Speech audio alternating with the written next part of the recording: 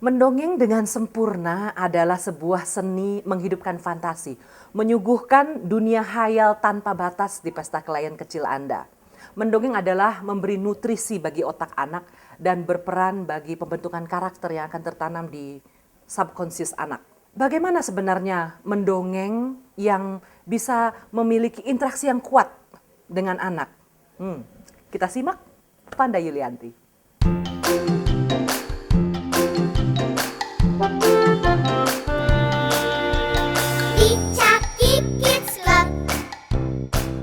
Ada berapa macam sih dongeng itu?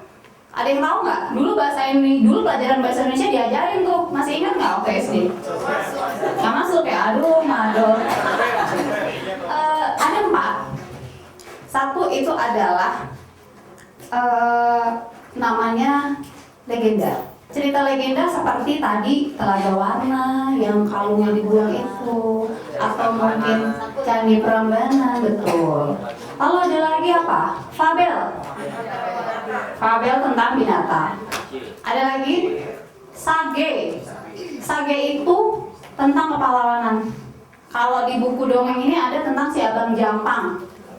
Abang Jampang pahlawan Betawi ya. Oke, ada lagi mitos. Mitos misalnya apa? Bolang Perahu, Nyi Roro Kidul. Tapi bisa di luar 4 yang tadi itu kita bisa menambahkan banyak, misalnya apa? Keluarga Cangkir, ada Bapak Cangkir, Ibu Cangkir, anak-anaknya misalnya, atau keluarga Bantal Guling misalnya. Seperti kalau Disney itu, di Disney itu kan ada Toy Story, ya, seperti itu. Artinya pengembangan cerita itu sendiri, jika teman-teman suatu hari nanti berkesempatan untuk membuat dongeng sendiri, kebebasan berekspresi tanpa meninggalkan nilai-nilai yang harus kita tanamkan, itu bisa dikembangkan dengan apa saja.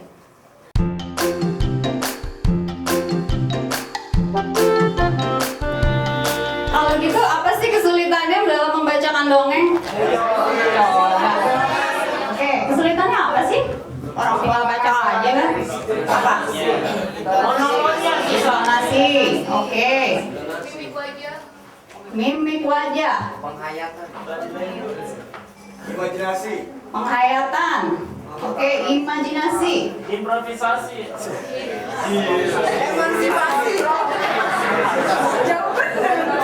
Improve. Apa lagi? Baru 5 nih. Memperagakan karakter. Memeragakan. Suara.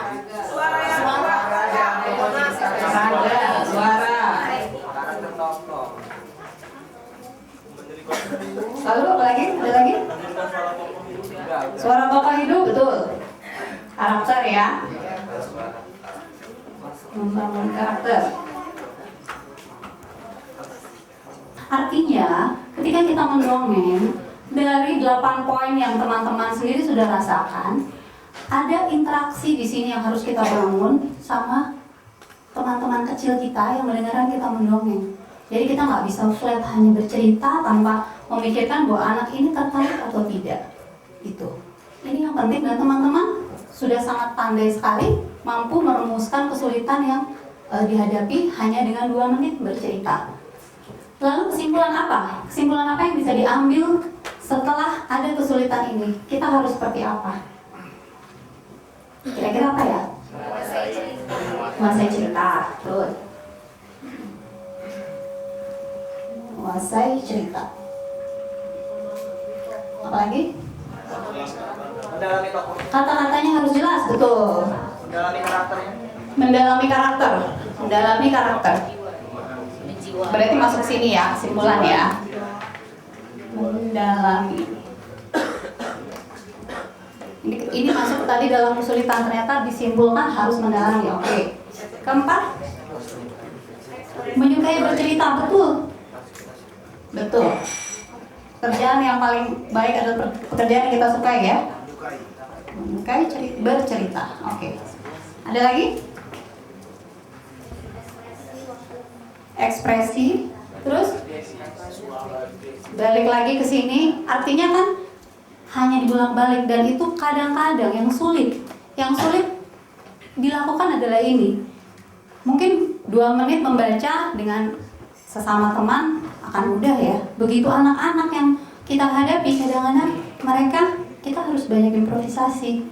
Improvisasi di sini dengan bermacam-macam yang akhirnya membuat mereka tertarik dan terdiam, bukan mengantuk, tapi mengerti apa yang kita cerita, memahami apa yang kita bawakan, membangun karakter mereka dari cerita yang kita ceritakan itu. Ternyata tidak semudah itu ya pendongengnya.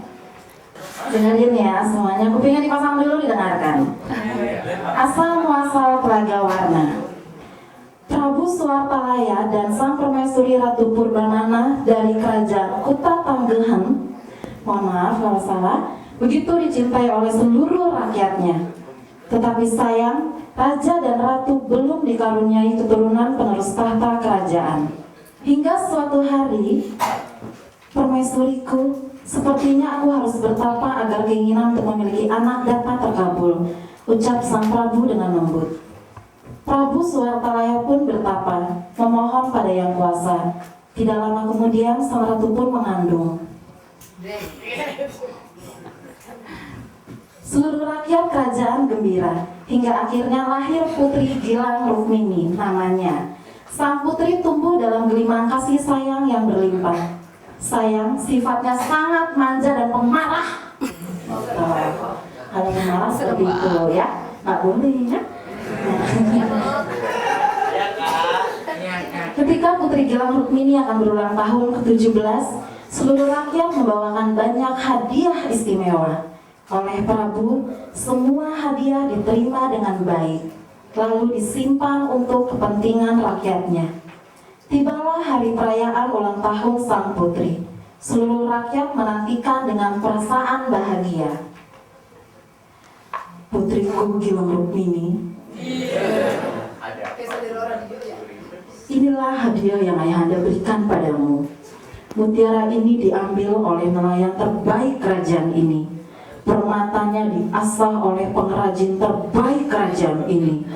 Dan untayan indah ini dirancang oleh perhiasan terbaik kerajaan ini. Karena cinta kami padamu. Prabu Suwartalaya memandang penuh kasih pada putrinya. Namun apa yang terjadi? Putri Gilang Rukmini berkata gusar, "Ayah, ini adalah kalung terburuk yang pernah ada. Aku tidak suka." Gilang Rukmini melempar kalung itu hingga pecah berkeping-keping. Ratu Purbamana dan seluruh rakyat menangis pilu melihat sikap sang putri. Tiba-tiba keluarlah air bah dari perut bumi. Gilang Rukmini ketakutan memeluk kaki ayahnya.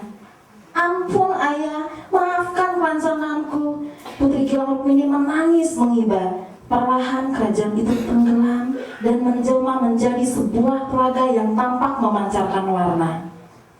Nah adik-adik, teman-teman, konon bias warna dari telaga itu adalah bias yang terpancar dari kalung mutiara milik Putri Gilang Rukmini. Apa yang kira-kira belum Mbak Paula keluarkan tadi waktu mendongeng?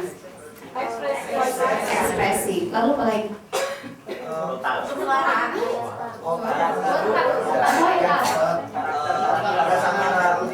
Sebentar mau tanya, pada saat kita mendongeng ya, itu butuh nggak interaksi sama anak-anaknya? Oh, dalam arti gini, tadi yang saya lihat kan baca gitu ya kan, baca gini kan, tapi kita pakainya di sini nggak ke anak-anak. Maksudnya interaksi kayak gitunya. Kalau interaksi yang lainnya saya akuin emang bahwa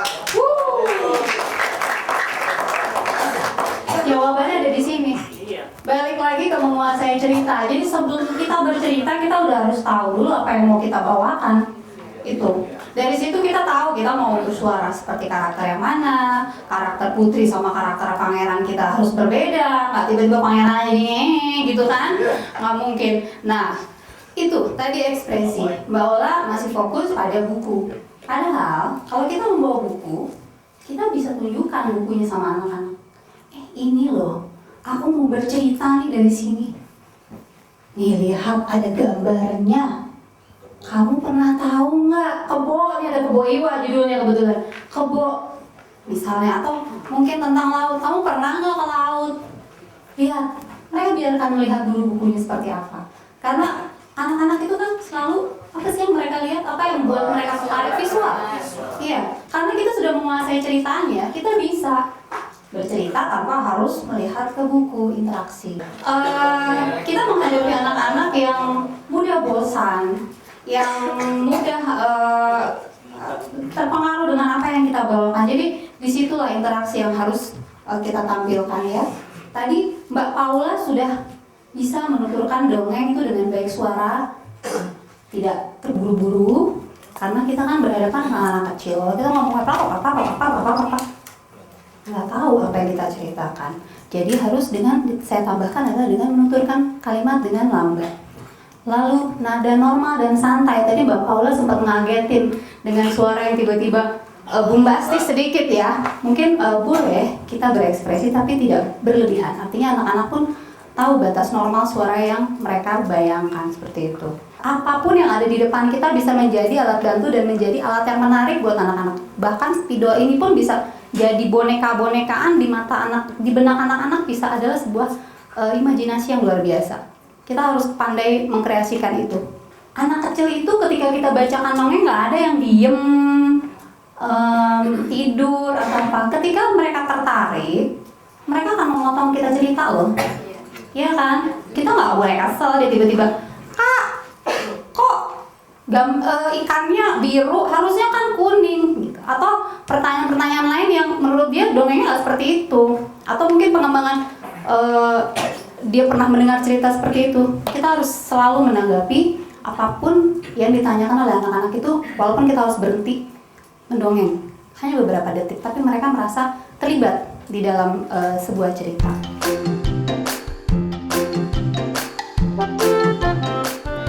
Ada yang tahu nggak dongeng simulasi apa?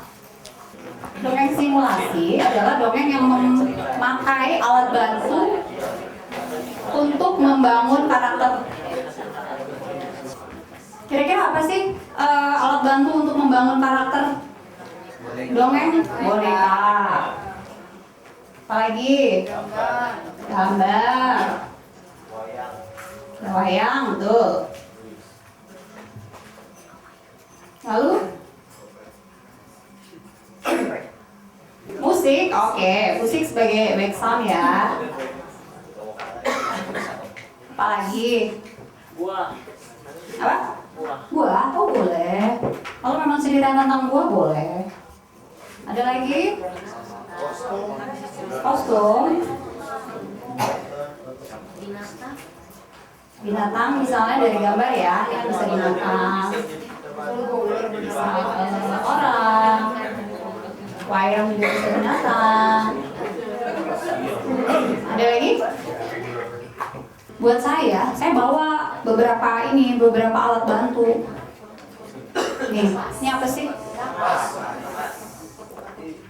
Jadi apa ya? Jadi awan.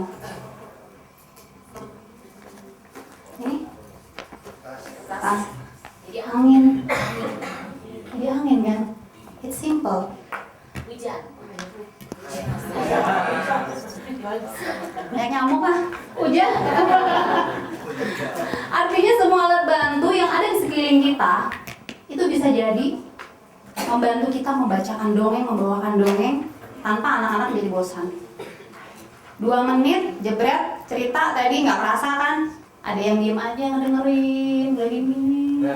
Gitu. Jadi semua alat bantu ini adalah kreasi kita, kreativitas kita. Nggak perlu mahal-mahal, nggak perlu minta sama kantor untuk menyediakan ini. Apapun yang kita ceritakan, selagi kita menguasai betul apa yang kita bawakan, kita bisa menyiapkan ini semua dengan mudah, ya kan? Satu yang harus diingat, dongeng itu bukan hanya sekedar cerita, tapi rupanya ada banyak hal yang bisa diambil oleh anak-anak. Seperti apa misalnya? Kita menjadi panutan anak-anak yang di depan kita sampai kelak mereka dewasa. Mereka akan mengingat misalnya sosok Mas Eka namanya. Wah, saya ingat dulu diceritain sama Mas Eka. Keren banget ceritanya. Saya pingin jadi tokoh yang seperti diceritain Mas Eka. Satu, jadi panutan. Yang kedua, memotivasi. Kenapa? Ketika kita bercerita dengan karakter yang baik, dengan bahasa tubuh kita yang baik, itu akan benar-benar terekam oleh mereka. Kadang-kadang kita menganggap anak kecil is anak kecil. Tidak. mereka tuh sangat lebih jauh ke depan pola pikirnya kadang-kadang dibandingkan dengan orang dewasa. Merekam semuanya, motivasi. Yang ketiga adalah ternyata dengan mendongeng, suatu hari teman-teman punya anak dan mendongengkan, anaknya belum bisa bicara, itu adalah salah satu bentuk mengajarkan komunikasi. Anak-anak jadi pandai berbicara dan pada waktunya, pada usianya, lebih kritis dan menstimulasi kecerdasan mereka juga, imajinasi. Bermain imajinasi membuat anak-anak biasanya lebih cerdas dibanding anak-anak yang kurang distimulasi oleh dongeng. Dongeng sebelum tidur itu juga membuat anak-anak tidur lebih lelap daripada anak-anak yang tidak didongengin oleh orang tuanya. Jadi luar biasa, dongeng sederhana tapi panjang dan sangat luar biasa hasilnya.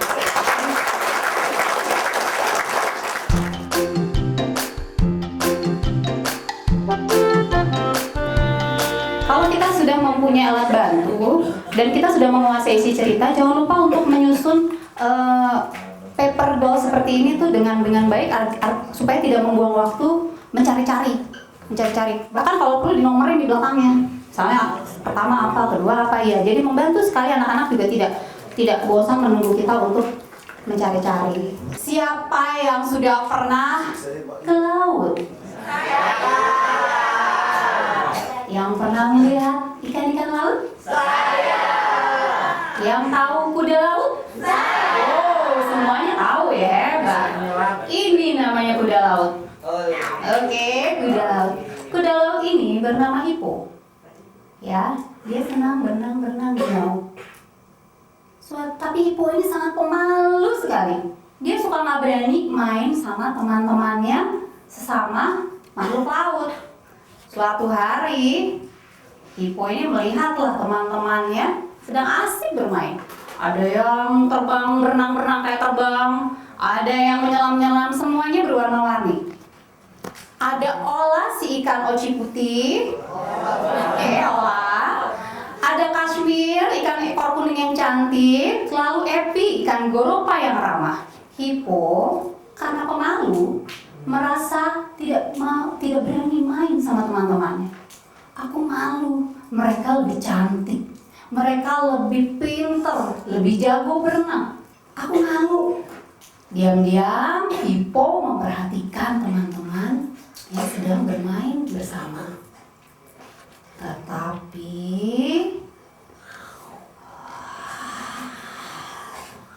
dari kejauhan Hippo melihat apa? Hiu itu apa sih? Ikan yang seperti apa sih? Yang besar. Makanannya? Makanannya ikan lagi ya? Dia makhluk laut yang buas bukan? Hippo melihat hiu yang tampaknya ingin memakan teman-temannya. Wah, gawat, kata Hippo. Teman-temanku sedang diincar nih, ingin dimakan oleh hiu ini. Lalu Hippo berteriak, teman-teman, hati-hati, kalian diserang. Wah! Teman-teman bisa sambil menghampiri adik-adik kecil untuk memperlihatkan karakter dan juga ekspresi kita ketika ketakutan dikejar hiu. Ekspresi si karakter di sini dikejar hiu. Lalu setelah itu temannya semua berpencar, berlari, dikejar oleh hiu, hingga akhirnya Hippo sampai ke dasar laut yang paling dalam yang belum pernah diselami oleh teman-temannya. Tidak ada satu ekor ikan pun yang bisa menyelam sedalam itu. Dan suasana di situ gelap sekali. Hippo tidak bisa melihat apapun, sementara dia harus menyelamatkan diri dari kejaran hiu yang kesal karena dia menolong teman-temannya. Akhirnya datanglah, nah ini ada seekor siput, ternyata di dalam laut yang paling dalam ada seekor siput yang bisa mengeluarkan cahaya. Ini bisa memakai senter ya untuk membantu menghidupkan bahwa siput ini bisa mengeluarkan cahaya. Siput ini membantu Hippo untuk meloloskan diri dan Hippo, segeralah kamu masuk ke dalam sebuah gua yang sempit, tetapi hiu itu tidak bisa masuk ke dalamnya. Gitu kan? Ayo Hippo belok ke kanan cepat. Gitu kan? Masuklah Hippo ke dalam gua yang akhirnya hiu itu tidak bisa masuk ke dalam pintu mulut gua itu. Hiu itu terjepit. Hippo berhasil melarikan diri dan akhirnya dia disambut oleh teman-temannya yang merasa berterima kasih bahwa Hippo sudah menolong mereka dan berkata bahwa Hippo, ternyata kau adalah makhluk laut yang hebat, kuda laut yang bisa menyelam, yang tidak semua bisa melakukan itu, dan kau adalah penolong kami. Di situ Hippo mulai menyadari bahwa setiap makhluk laut, setiap makhluk hidup mempunyai kelebihan dan kekurangan masing-masing yang bisa dibuat untuk melakukan hal-hal yang baik. Gitu. Terima kasih. Origami ini adalah sebuah bentuk realisasi fantasi dunia anak ke dalam bentuk nyata yang pasti diminati oleh anak. Ya, mereka menyentuh dunia khayalnya berbekal medium kertas. Keterampilan motorik halus ini dapat memperkaya pemandu acara untuk menghadirkan karakter yang nyata dalam pesta klien kecil Anda. Percayalah, Anda adalah orang yang sangat beruntung karena Anda bisa memetik ilmu ini langsung dari Ibu Origami Indonesia, Maya Hirai.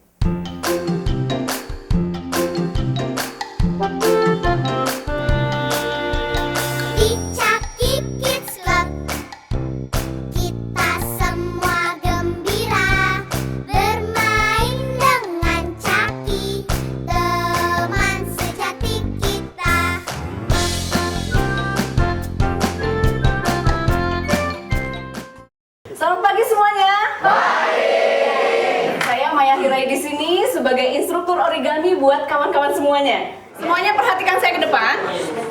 Kertas dibuat membentuk segitiga. Ya. Setiap kali mengawali membuat lipatan, biasakan ujung kertas dengan ujung kertas lainnya dipertemukan. Kemudian dirapihkan.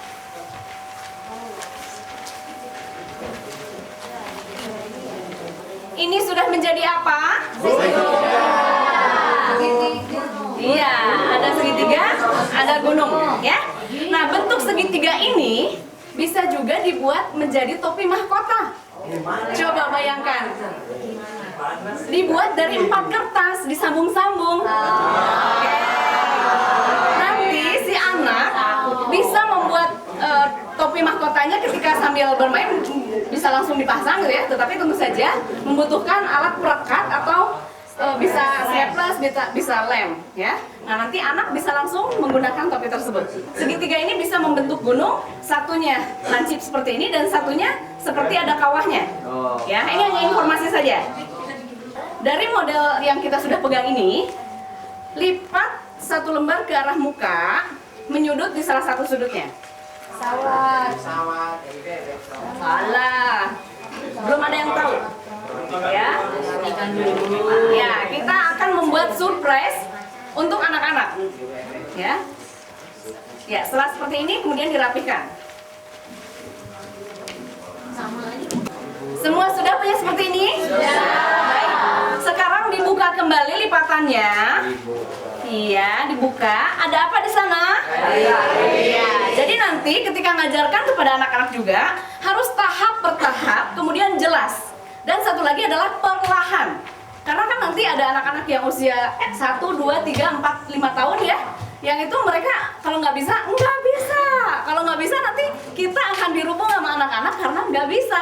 Ya, jadi harus mengajarkan step by stepnya jelas, kemudian perlahan dan mudah.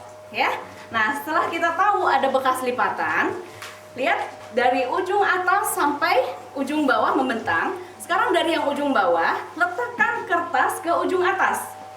Nah, seperti ini. Saya ulangi lagi. Ada bekas lipatan yang membentang dari atas sampai bawah, ya. Oke? Oke. Kemudian dari ujung bawah, letakkan kertas ke ujung atas bekas lipatan. Oke, tidak? Oke. Ya. Kemudian dirapihkan.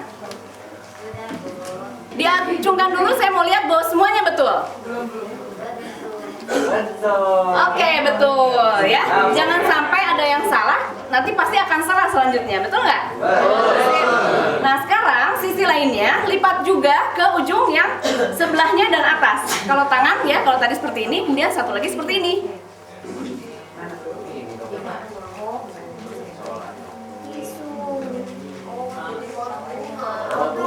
Ya, bisa buat bunga ya. Dirapihkan. Kemudian satu lembar dilipat ke depan. Ya. Dan satu lembar lagi dilipat ke belakang. Satu lembar dilipat ke depan.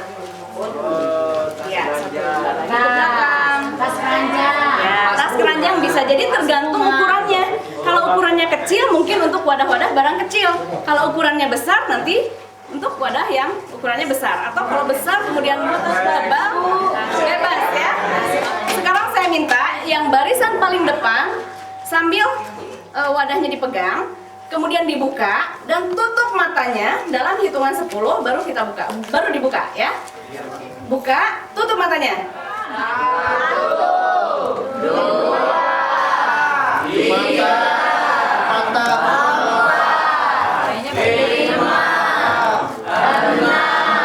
5, 6, 7.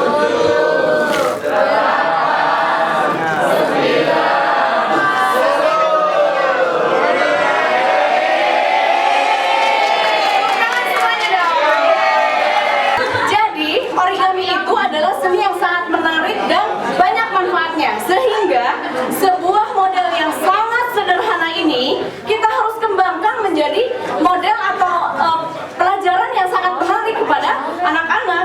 Kalau misalnya kita nggak ngajarinnya nggak kreatif, ya apaan ini? Cuma sekedar kayak gini aja. Ya nggak, betul nggak? Sekarang perhatikan saya ke depan baik-baik, karena kalau tidak memperhatikan dengan baik-baik nanti pasti, wah ini keliru ya. Kertas dibagi 2, tetapi hanya diberi tanda saja sedikit di tengah. Setelah punya semuanya, dibuka kembali, dibagi 2 lagi, letakkan kertas persis di tanda tengah tadi. Dan beri tanda lagi sedikit. Dimananya Bu? Di sini. Iya. Semuanya oke? Ya. Kemudian dibuka lagi. Oh iya, satu lagi sekarang yang sisi lainnya. Ya, dibagi 2 lagi ke tengah. Tandain lagi. Kemudian dibuka lagi. Sekarang ada beberapa tanda ya. Dari salah satu sisinya, ya ada 3. Salah satu sisinya letakkan di ketiga. 1, 2, 3. Letakkan di ketiga. Iya. Kasih tanda sedikit juga. Oh ya, nggak apa-apa, ini banyak, semua sampai atas. Sudah semuanya? Sekarang lipat dari yang barusan dilipat itu ke arah atas. Ya.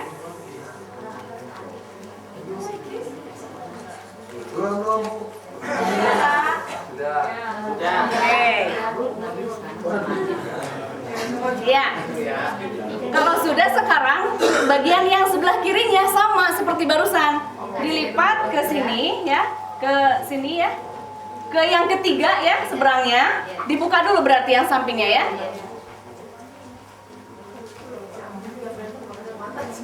Lipat sampai atas, setelah ketemu pada titik yang ketiga, lipat sampai atas. Kemudian lipat lagi. Ya. Iya.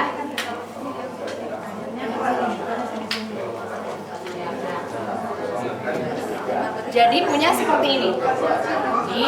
Kemudian ini kertas dilipat sampai ujung yang sini, ujung atasnya. Sudah semuanya? Sekarang dilipat lagi ke arah yang depan. Jadi setelah punya seperti ini, dilipat separuh ke arah depan. Ya. Separuh ke arah depan. Ya. Nah, kodoknya sudah boleh dicoba di lantai. Ya, ini sudah bisa dicoba. Ya.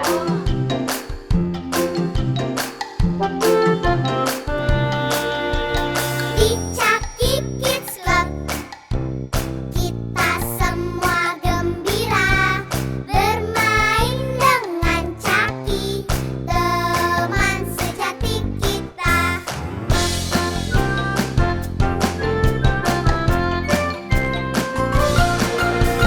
Perhatikan saya ke depan. Satu lembar dilipat ke arah muka, menyudut di atas.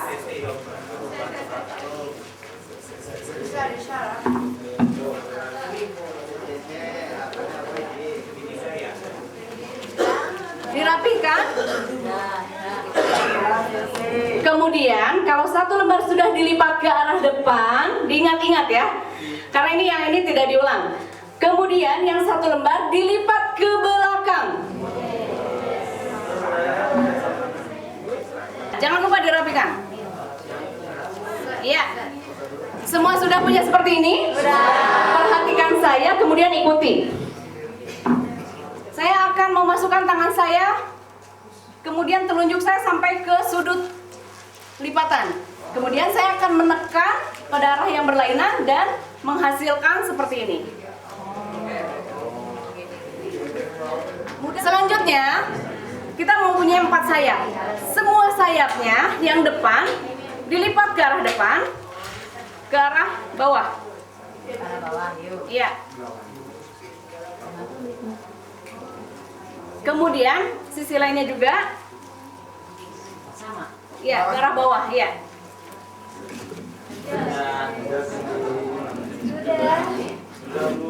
Ya, sudah semuanya? Baik. Sekarang tadi kan ada di arah bawah ini ya, sayapnya ya. Sekarang lipat ke arah atas, perhatikan saya dulu. Lipat ke arah atas, tandai di tengah sedikit, paham? Paham. Ya, satu dulu. Ya. Setelah dilipat, diberi tanda, dibuka kembali. Ada apa di sana? Garis. Sekarang lipat, lanjutnya adalah dilipat ke garis tersebut, separuh. Oke? Oke. Ya. Kemudian kalau sudah punya seperti ini, sekarang dari sisinya, sampingnya dilipat ke tengah. Jadi dilipat separuh ke atas, diberi tanda sedikit, dibuka kembali, dilipat lagi separuh ke tengah. Ya. Kemudian dari sisi sampingnya dilipat ke tengah juga. Ya. Wah, ini bola juga sama ya. Dilipat ke atas, diberi tanda sedikit, dibuka kembali, dilipat separuh ke tengah. Kemudian dari sisi sampingnya dilipat ke tengah. Ya, semuanya. Jempol kegedean kan. Oh, di sini nanti ditiup. Ditiup dari bawah atas baru. Jadi, semuanya kan tadi punya seperti ini. Kemudian, yang segitiga ini dilipat ke arah atas menjadi gini. Jadi dari arah bawah dilipat ke arah atas menjadi gini. Semuanya. Kiri kanan semuanya dilipat seperti ini. Iya. Langkah terakhir sekarang yang barusan sudah dilipat, satu kali dibuka kemudian disisipkan. Jadi lipatannya nggak dibuka. Jadi tadi semuanya punya seperti ini kan? Ini tidak boleh dibuka ke sini, tetapi biarkan dia seperti ini, biarkan. Oke? Sekarang ini masukkan, sisipkan ke dalamnya. Ya, semuanya. Perhatikan saya lagi, ini semuanya tidak boleh dibuka ke sini. Kemudian dimasukkan sini, bukan. Tetapi dua-duanya. Ini kemudian dimasukkan, sisipkan ke dalamnya. Dilipat ya? Iya. Oke. Kemudian kembangkan, bolanya kembangkan dengan cara mempertemukan yang depan dengan depan dan yang belakang dengan belakang, baru kita tiup setelah berkembang begini. Kita tiup dalam satu tiupan sampai penuh diisi angin. Model ini bisa dimainkan dengan cara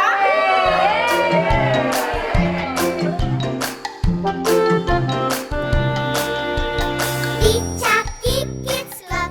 sekarang 3, sekarang base-nya segi 4. Kemudian dilipat pada bekas lipatan yang di tengah tersebut, sisi kiri dan kanan. Hampir mirip dengan pesawat yang biasa kita buat. Kita Ya, kalau semuanya sudah punya seperti ini, ya. Sekarang lipat ke arah muka, pas di tengah-tengah, pas di batas ini. Kalau sudah dibalik kertasnya, kemudian dilipat lagi.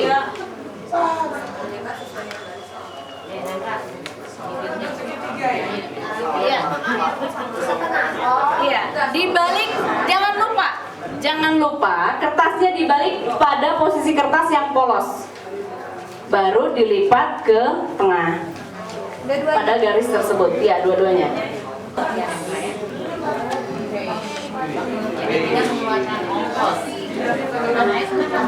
Setelah punya seperti ini semuanya, kemudian dilipat ke belakang. Ya, seperti ini. Iya, atau kalau dari sini ke sini. Iya. Ya. Ya. Oke, ya. Kalau sudah punya seperti ini semuanya, posisikan begini. Iya. Kemudian ini bagian kertas ini dibagi dua di sini. Jadi dari bawah sini dilipat ke arah batas ini. Dari sini dilipat ke arah atas.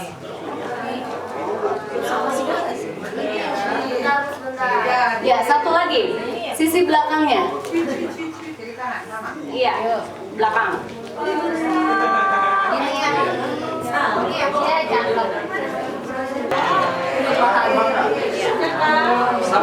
Ya, jika semuanya sudah semua punya seperti ini, ada satu langkah lagi. Kita keluarkan kepalanya. Keluarkan kepalanya dari arah lipatan dalam. Ya, jadi pesawatnya ada kepalanya.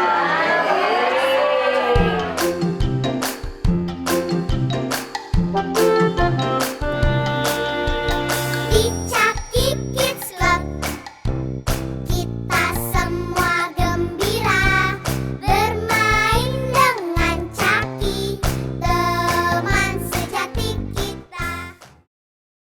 Siapa bilang menjadi entertainer handal itu sulit?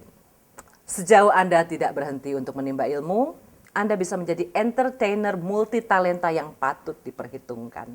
Sulap menjadi salah satu entertainment andalan yang patut Anda kuasai karena dunia anak menuntut Anda untuk menciptakan fantasi dan keajaiban.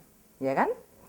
Nah, beruntung sekali hari ini Anda akan bertemu dengan seorang pesulap profesional yang akan berbagi tips dan triks tentang dunia sulap yang memukau.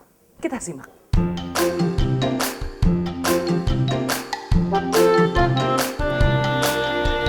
Di Caki Kids Club kita semua gembira bermain dengan Caki, teman sejati kita.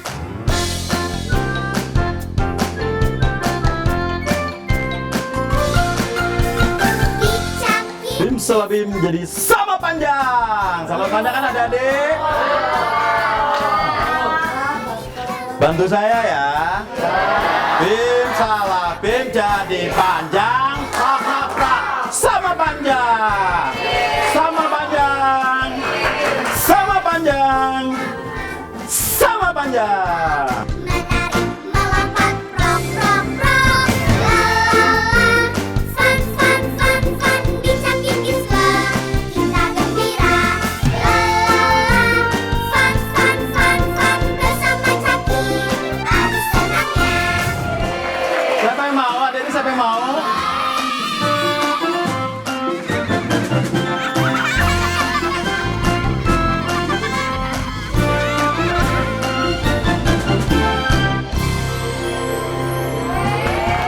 Paling kita itu gambar perform dari kita, kurang lebihnya kalau biasa kami menggunakan standar minimal 30 alat dalam perform setiap kali perform ke anak-anak. Saya sekarang akan menjabarkan bagaimana kita perform dengan sedikit menggunakan alat gitu. Alat-alat ada di sekitar kita. Cara bermain sulap tidak beda seperti berpidato atau dengan hal lain yang sifatnya di panggung gitu. Yang pertama kita harus mengetahui mana permainan pembukaan. Karena anak-anak paling benci sulap, tiba-tiba datang kita ngoceh gitu. Ini ada yang mau tahu siapa ya, gini-gini ya, capek. Dia tahu sulap, kita tunjukkan dulu biar mereka takjub. Kita harus ada permainan-permainan pembukaan yang membuktikan bahwasannya kita ini pesulap. Baru kemudian permainan tunggal. Tadi kita kasih lihat permainan tunggal kayak permainan linking ring, permainan tali, 3 tali itu permainan tunggal. Permainan yang terputus itu merupakan keahlian kawan-kawan gitu. Yang paling praktis dan gampang kita mainkan sebenarnya koin. Ada satu pelajaran dalam dunia sulap namanya palming. Namanya palming. Bagaimana menghilangkan koin di telapak tangan. Palm. Oke, perhatikan. Kita ambil, lempar, muncul sini. Atau kita buang, masukkan kuping, muncul sini. Semacam. Atau kita ambil, jangan, itu diikutin sama anak. Oh, ini diminum. Ada juga yang jangan. Kacau gitu. Oke, perhatikan. Oke. Caranya mudah. Artinya, sulap ini kalau sekedar lihat dari buku atau nonton di televisi, saya tahu rasanya nggak akan bisa kita mainkan. Karena di sulap itu harus melalui step by stepnya, pertahapan gitu. Step by stepnya lengkap, gagal kita bermain sulap. Perhatikan, ini caranya. Pegang dia, kondisinya begini, tangan kita ke atas. Masukkan jempol, mentok. Tutup. Jangan sampai kelihatan penonton. Jatuhkan koinnya. Yang pegang koin nunjuk. Ini langsung kepal. Oke. Biar lebih manis, bukanya dari kelingking. Hop. Keren kan? Karena kalau bukanya dari telunjuk agak aneh. Ulang ya. Oke, ulang. Siap, perhatikan. 1, masuk mentok, tutup. Pastikan ini ditutup agar tidak flash. Jatuhkan koin. Langsung pegang, tunjuk. Oke. Ada di mana terserah. Biasanya kawan-kawan masuk dari atas. Muncul. Gitu. Oke, ulang. Belajar jatuhkan dulu. Oke, jatuhkan. Masukkan. Sodok. Ini pegang. Ini kondisi pegang. Pegang. Masuk. Mentok, tutup. Oke. Tunjuk. Bisa kan? Nunjuk. Yang pegang koin nunjuk. Oke? Kita bilang ada di sini dengan bahasa isyarat. Ini ya, hilang. Ada di mana? Ada di dalam kantong. Gitu. Pelajaran pertama, sendok ini akan bisa bengkok. Pertama kita taruh sini. Tuh. Kemudian jempol naik ke atas. Baru kita tekan. Tap. Betul. Ini enteng. Perempuan juga bisa. Perhatikan. Tahapannya ya. 1 kita pegang, jangan langsung nempel. Tahuan sama orang. Perhatikan.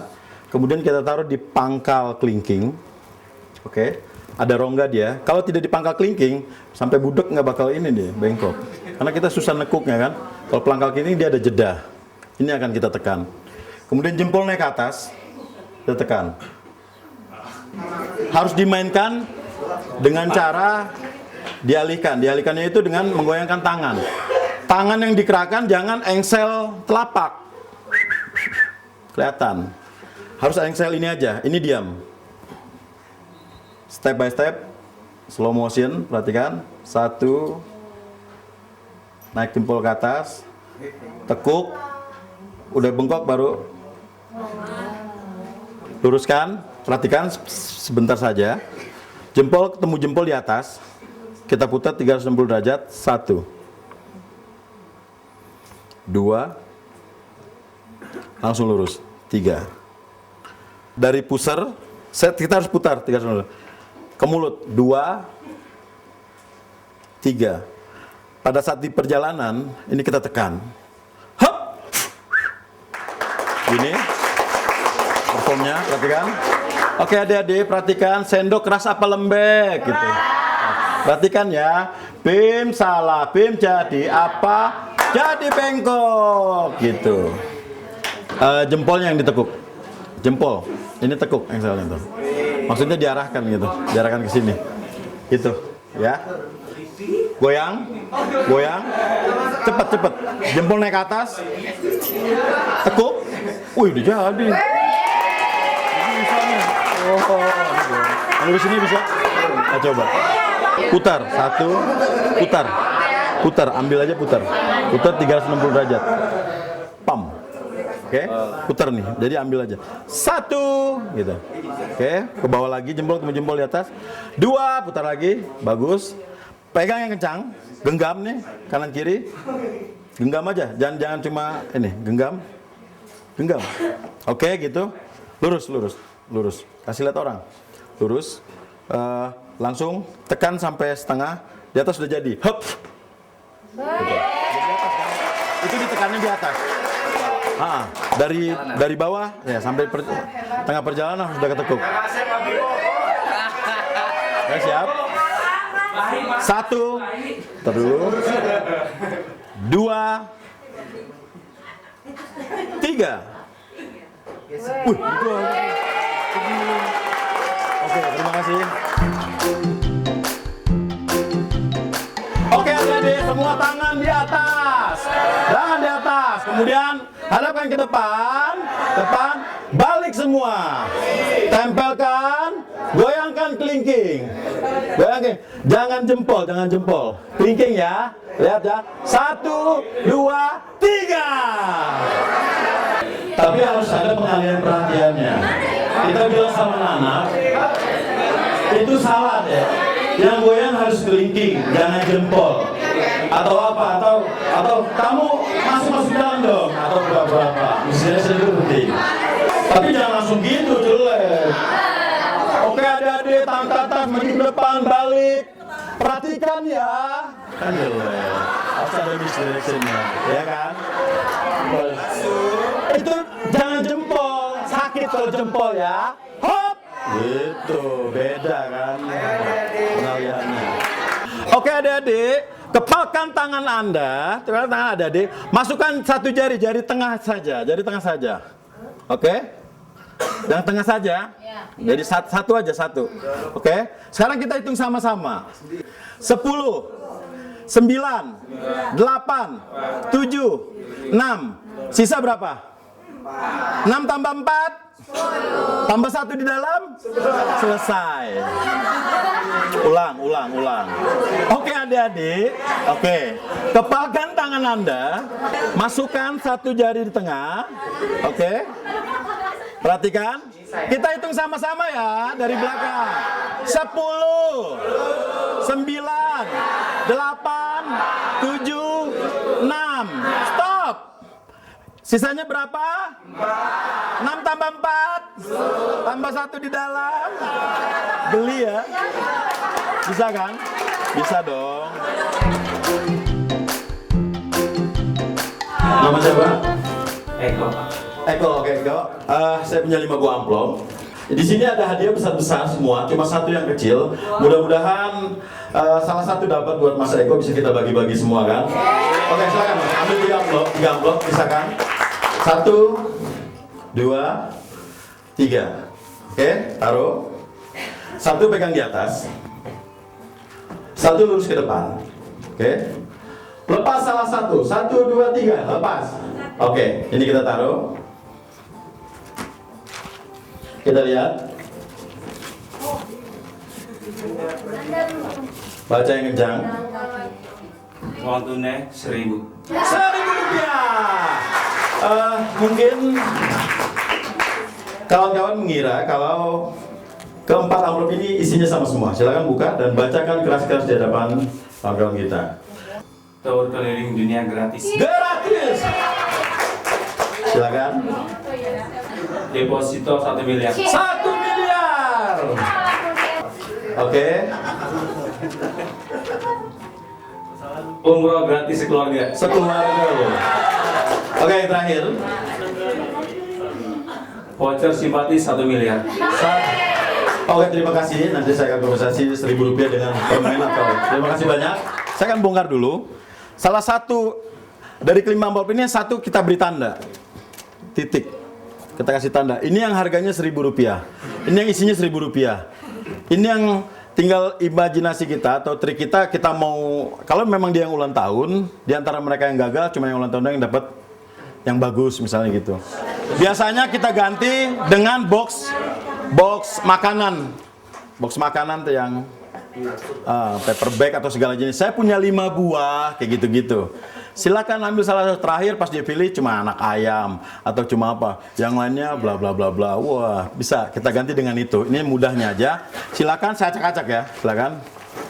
Anda kan nggak tahu. Ambil 3 buah, silakan. Pisahkan. Oke, silakan. Perhatikan, kita taruh sini. Kita harus tahu posisi yang titik di mana. Tahu. Kalau nggak nangis. Kita udah sesumbar kan? Oh, kebetulan saya mendapatkan titipan dari bos KFC untuk bagi-bagi hadiah. Toto bener. Nangis. Oke, perhatikan. Silakan sekarang tinggal 3 buah. Sekarang ambilkan 2 buah amplop lagi. 1, 2. Oke, perhatikan. Nggak ada kan? Kita taruh. Kalau ada langsung kita suruh buka. Oke. Baru ini tinggal trik. Umumnya kita mainkan 1 lurus di depan. 1 tangan ke atas. Yang titik ada di atas nih. Gitu. Misalkan itu yang lepas. Jatuhkan salah satu. Hop. Oke, silakan ambil, taruh di atas. Balik. Oke. Baca. Tunggu. Keyword uniknya bukan itu. Ketika dia baca, uang tunai Rp1.000. Orang nggak biasa aja. Sangka sulap biasa. Yang lucunya, iya, mungkin adik-adik, ibu-ibu mengira gitu. Kalau keempat amplop ini sama semua isinya, Rp1.000 gitu. Bacakan satu-satu gitu. Makan di KFC 40 tahun gratis. Wow, gitu-gitu kan? Bla bla bla. Saya akan memainkan escapology. Bagaimana kedua belah tangan pesulap diikat. Terus kemudian anak-anak itu suruh menutup dengan kain, terus bisa terbuka dengan hitungan detik. Entertainnya unik. Saya butuh 2 orang untuk maju ke depan untuk mengikat. Oke, 1 perempuan. Siapkan jaket untuk menutupi ilusi. Ini kita permainan dulu. Kita main dulu. Oke, perhatikan. Periksa tangan saya utuh. Tidak ada engsel yang terbuat dari mur, baut. Oke, siap. Sekarang diikat atasnya, kenceng atasnya, ikat aja, ikat mati udah, ikat, enggak ya, atasnya aja, nah, atas ikat dulu, yang kencang, nggak apa-apa, entertainnya seperti itu, ikat, terus ikat mati aja, ikat mati, terus tarik dua-duanya, 2 orang karena Dah. Sekarang tutup. Siapa yang punya jam? Siapa yang punya perhatikan? Kalau David Copperfield membutuhkan waktu kurang lebih 10 menit untuk membuka ini. Terakhir Deddy Kobuser 1 menit. Silakan. Tutup. Ya, tutup aja. Perhatikan. Ya, tutup aja. Jatuhin. Nah, perhatikan siapa yang punya jam? Coba lihat sini. Yang punya jam. Coba perhatikan berapa menit saya bisa membuka ini. Terserah. Enggak, saya akan. Oh, kurang kencang ini. Tutup. Matiin. Kencang, tarik. Buka lagi. Ulang. Ikatnya nggak kencang. Matiin aja. Ayo. Dah. Matiin. Terus. Oke, adik-adik perhatikan ya. Lihat ya. Terus lagi ulang. Kurang banyak, nanti terbuka lagi. Aduh. Ditutup. Siapa yang punya jam? Ayo hitung kita sama-sama. Adik-adik hitung sama-sama ya. 1, 2. Yang punya jam atau punya handphone keluarkan dari tempatnya. Silakan. Enggak, betul. Kalau terakhir dia 1 menit, saya mungkin 1 jam atau berapa lama diikat sekali lagi. Di atasnya. Silakan ikat. Ulang. Terus di atas. Aduh. Jangan kencang.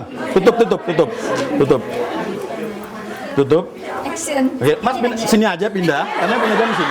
Punya jam. Enggak, saya coba menyamakan berapa menit saya bisa membuka ini. Silakan perhatikan. Bisa dibuka sekali lagi. Terakhir ikat sekali lagi. Ikat. Oke. Udah, tutup. Atau hitung sama-sama ya. 1, 2 gitu. Kita akan bongkar permainan ini. Ikat sini. Harus diikat di atas ya, kalau di bawah nangis. Tutup. Kencang kan? Kencang. Au, di sini kita main dulu. Ikat lagi, ikat mati. Terus. Udah? Perhatikan. Oke. Entertainnya jangan, saya bisa buka, kan nggak lucu. Oke. Kasih gambaran. Kalau David Copperfield bisa membuka 3 menit, terakhir Dedi 1 menit, baru kemudian siapa yang punya jam? Siapa yang punya, tinggal kita putar aja kan. Yang punya jam silakan siapa aja, tapi harus ditutup biar lucu. Bisa? Oke, siapa yang punya jam? Buru-buru kita masuk, silang lagi. Oke. Tutup. Ya, silakan. Ikat sekali lagi yang kencang. Silakan ikat sekali lagi. Baru kita harus punya ekspresi sakit. Au gitu. Tutup sekali lagi. Tutup, kemudian ditutup sama dia, harus tutup pakai jaket. Oke, Anda punya jam, hitung sama-sama. Dapat cover 1 menit, mungkin saya bisa berapa menit, 3 menit atau lebih segala macam. Kita buka gini kan. Masuk lagi, silang lagi. Oke, ini permainan penutup biasanya. Canggih gitu. Baru terakhir kita buka.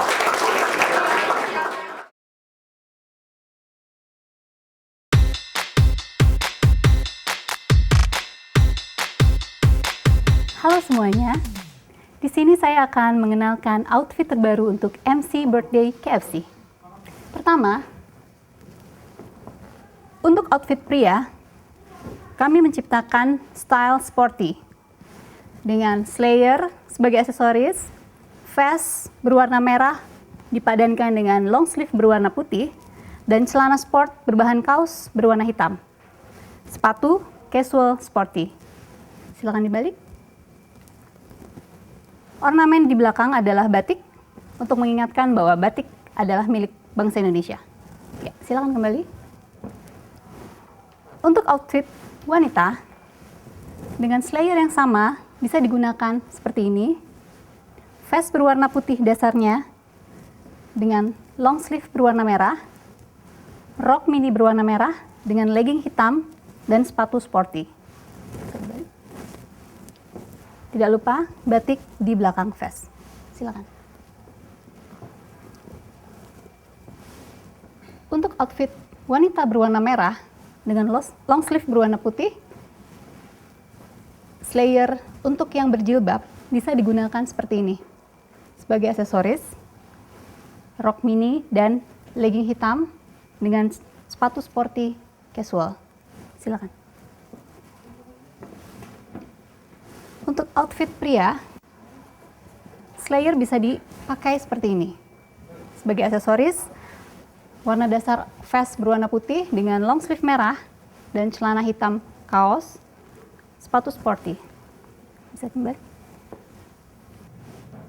Ornamen batik di belakang vest dengan slayer berlogo KFC di belakangnya.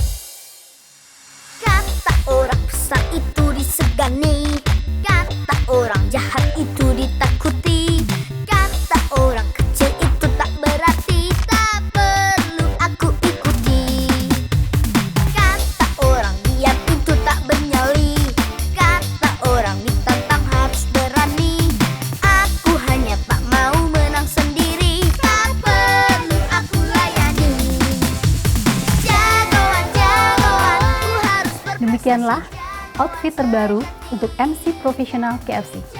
Terima kasih.